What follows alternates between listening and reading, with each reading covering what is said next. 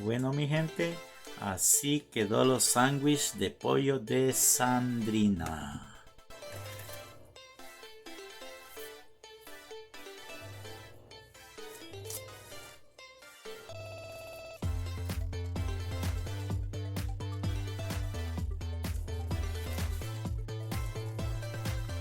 Así quedó, mi gente, cuando hacemos Sandrina's homemade mac chicken. This is how it is, guys, how when you make homemade mac chicken from Sandrina's. Thank you for watching and have a good day. Bye-bye.